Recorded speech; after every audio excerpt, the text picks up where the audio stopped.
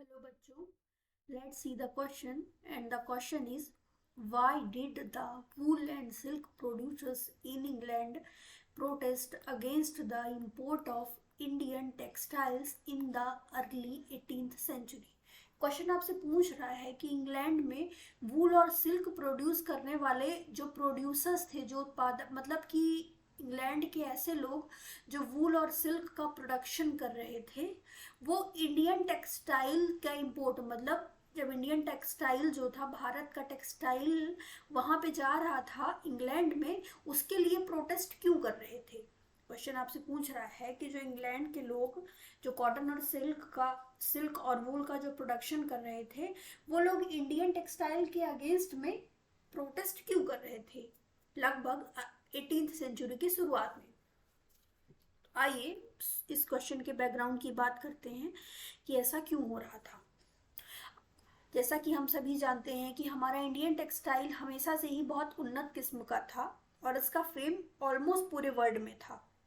हमारा जो Indian textile था ये एक्सपोर्ट किया जाता था, इंग्लैंड में भी एक्सपोर्ट किया जाता था, साउथ ईस्ट एशिया में किया जाता था, सेंट्रल एशिया में, हर जगह ही चलता था। इनफैक्ट जो मतलब दूसरी कंट्रीज़ के जो रिनाउंड फैमिलीज़ थी, रॉयल फैमिलीज़ थी, वो भी हमारे यहाँ का फैब्रिक पहनना ही पसंद करती थी। तो बहुत ज़्यादा फेम था, बहुत ही एक्विसिट क्वालिटी का हमारे यहाँ पे टेक्सटाइल होता था। हमारी जो टेक्सटाइल इंडस्ट्री थी वेल डेवलप्ड थी। तो क्या होता है, इंग्लैंड में कुछ समय पहले, मतलब अर्ली 18th सेंचुरी के शुरुआत में ही जो इंग्लैंड में टेक्सटाइल इंडस्ट्री थी जस्ट डेवलप होना ही शुरू हुई थी। मतलब धीरे धीरे जो इंग्लैंड की टेक्सटाइल इंडस्ट्री थी अपने आप को डेवलप करने का प्रयास कर रही थी, अच्छा प्रोडक्शन कर रही थी। लेकिन जो वूल और सिल्क प्रोड्यूसर इंग्लैंड के थे, वो इंडियन टेक्सटाइल से कॉम्पीट ही नहीं कर पा रहे थे।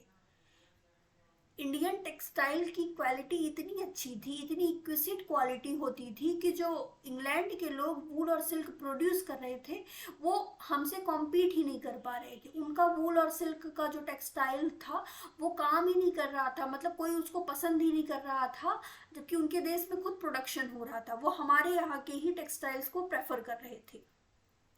अब इससे क्या होता है कि जो इंग्लैंड के वूल और सिल्क प्रोड्यूस करने वाले लोग थे उन्हें बहुत लॉस हो रहा था, क्यों, वो चाहते थे कि हम जो प्रोडक्शन कर रहे हैं वो ज़्यादा उसका फेम हो, लेकिन ऐसा हो नहीं रहा था। वो एक सिक्योर मार्केट चाहते थे, वो चाहते थे कि ऐसा मार्केट हमारा डेवलप हो जाए जिससे हम जो वूल और सिल्क प्रोडक्शन कर रहे हैं हमको बहुत ज़्यादा फायदा हो।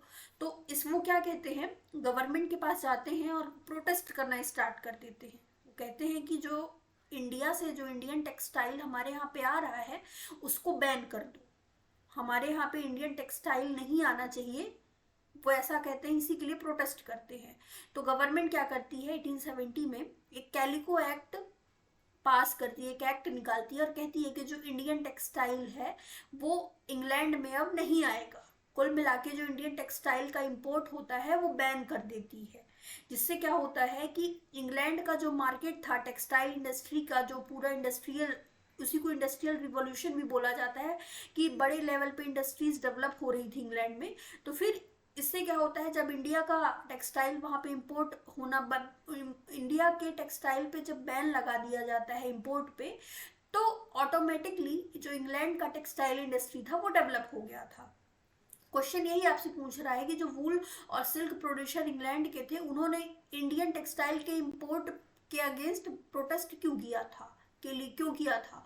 तो यही इसका एक वैलिड रीज़न था कि 18th सेंचुरी की शुरुआत में टेक्सटाइल इंडस्ट्री इंग्लैंड में जिस डेवलप होना स्टार्ट हुई थी और वो इंडियन टेक्सटाइल से कॉम्पीट नहीं कर पा रहे थे, वो एक सिक्योर मार्केट चाहते थे, इसीलिए उन्होंने गवर्नमेंट के सामने प्रोटेस्ट किया कि इंडियन टेक्सटाइल के इंपोर्ट पे बैन लगा दिया जाए। यहीं पे लिखा हुआ है, by the early 18th century textile industries had just begin to develop in England, the wool and silk producers in England found themselves unable to compete with Indian textiles.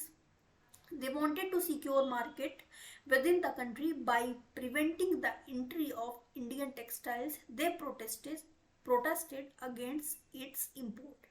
So I hope you understood it well. Best